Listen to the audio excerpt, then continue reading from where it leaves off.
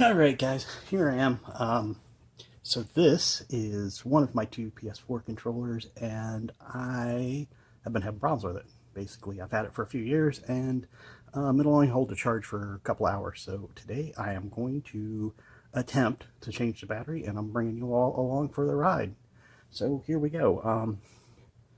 My lovely wife, she was kind enough to order me a battery set on Amazon, and it came with some tools. It came with some other tools than what I have, but it's got this little pry bar and a little Phillips head screwdriver. It came with a bunch of other screwdrivers, but I'm not going to need them for this, so I put them away. I've got my tweezers out just in case I need them, and of course a battery. Now on this battery, and I don't know if you guys are going to be able to see this or not, there's a bunch of numbers on here. What's important is in 2016, the style of battery changed for the PlayStation controllers. So if you have a Pro, I think is what it is. If you don't have one of the original ones, you need the battery. I have. If you have one of the older original controllers, you need a different battery. So, if you've bought a controller aftermarket or something, you may want to make sure it has model numbers on it. Make sure when you order it, you order the right one, and that the number on the controller actually matches. And the model number is found right in this area right here. And I can't see my camera when I'm filming today, so unfortunately you guys are kind of on your own for this, but it'll have a model number on here, and what you'll want to do is make sure that that model number is on this battery. Also, we're going to watch and make sure that the red and the black are on the right sides. Now, I may have a puppy wander through here in a minute. I'm also going to use my magnifiers just in case. I've got them out. I don't know if I'll need them, but I'm old and I can't see real well. So, here we go. First thing you're going to want to do is there's 4 screws on the back. So, I haven't done this before ever, so we're going to find out what it really takes. These are a little tougher to get out than what I expected. Mine have some gunk, it looks like, on them, because I tend to have real oily skin, so you may not see that on yours. It's not that I've dropped mine in a bunch of dirt or anything, and you can see these up here where my hands aren't. Not real impressed with this screwdriver, but these don't quite have that buildup on them.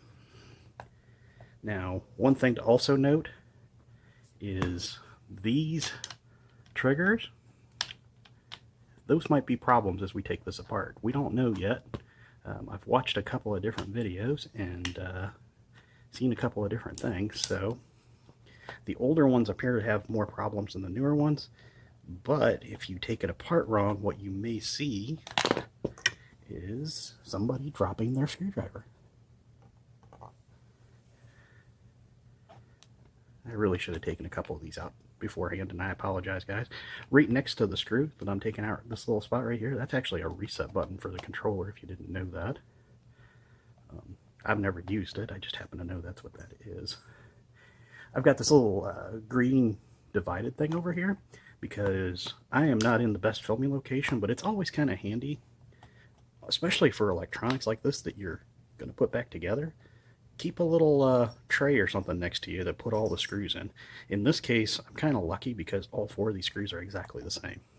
Okay, there's all the screws. So we're just going to put the little screwdriver down, and we are going to have to figure out where to get this apart at. Now, if I heard right, the easiest place is right. I don't know if you guys can see that. Well, we're just not having any luck, are we?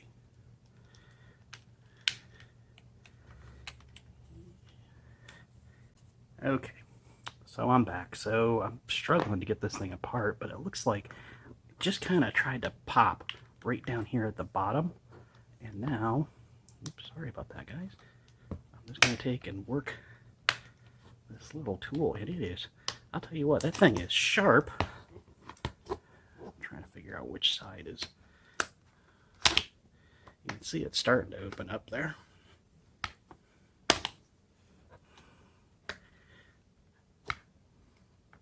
And I'm really betting that I end up screwing up the trigger on this thing, but we'll find out. Let's see if I can get a little thumb pressure on that. There we go. That's what I wanted to hear, was that right there. And now we're just going to kind of work our way along and hope that... Let's see if we can get this other side to pop just like that other one did. Yep. So that appears to be the trick, is to get that side to pop, that end to pop first. And then I'm just going to try and slide that.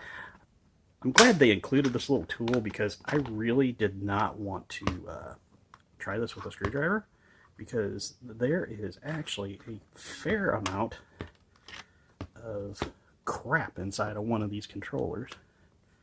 So let's see if we can just make sure that that's popped up. I want to make sure that this side is popped up. And now,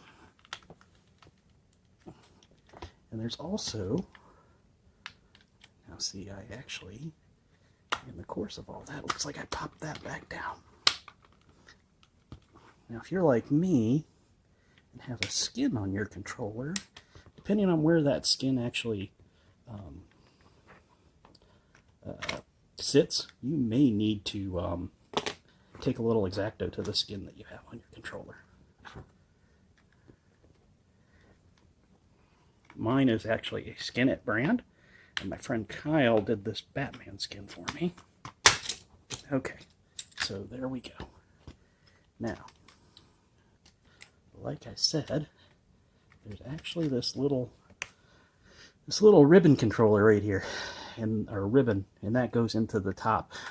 If you want to, for some reason, mod your controller, this little clear plastic piece, I don't know if you guys can see that, but this clear plastic piece, you can take that off, and some people will color it in with Sharpie or something, but this one is fine for me. So we're just going to have to make sure when we put this back together, it has a slot that it fits into, because this is a newer controller. It actually has the little light bar across the top of the pad. So it looks like the inside of this controller has probably seen some better days, but I'm not going to try and clean it or anything, because like I said, you've got a motherboard. I think there's something actually under the motherboard on this. This area in here has the two thumbstick controllers. You've got these two little things back here are the rumble packs, basically. So you got one on each side.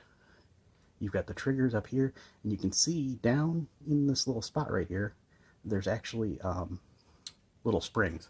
So this actually wasn't as bad as I thought it was going to be. So what we're going to do is carefully, now notice, red to the inside, black to the outside.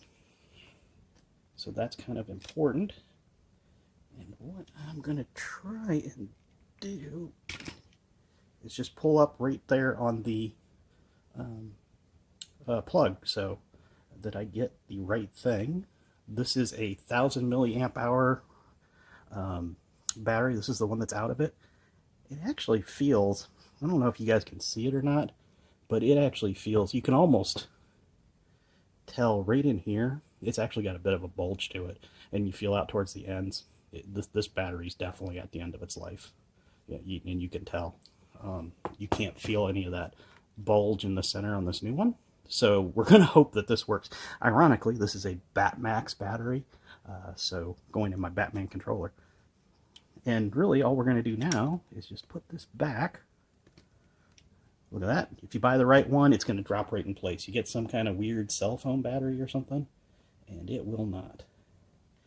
The difference in the two batteries between the new one and the old one is the new one will not fit in.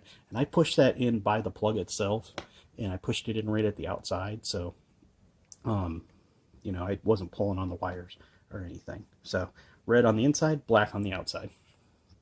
Now we will, sorry, I bumped the camera there again.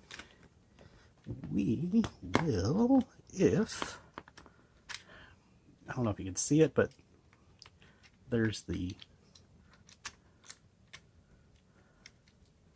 slot where the light bar little flap goes, and if all goes right, okay, I wanted to make sure those were still working. That's still working. And everything looks good. So I'm not going to go through putting the screws back on, but the next thing to do is this should have a little bit of a charge on it. So what I'm going to do, wow, all that crap came out of there, huh? What I'm going to do is I'm going to press the PlayStation button, and if I'm right, you should hear my PlayStation come on, and this bar should light up. Oh.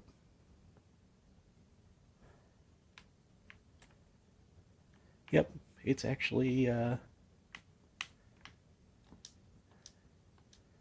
everything looks to be working correctly. So there we go. Sorry, it did not make the noise I thought it was going to make.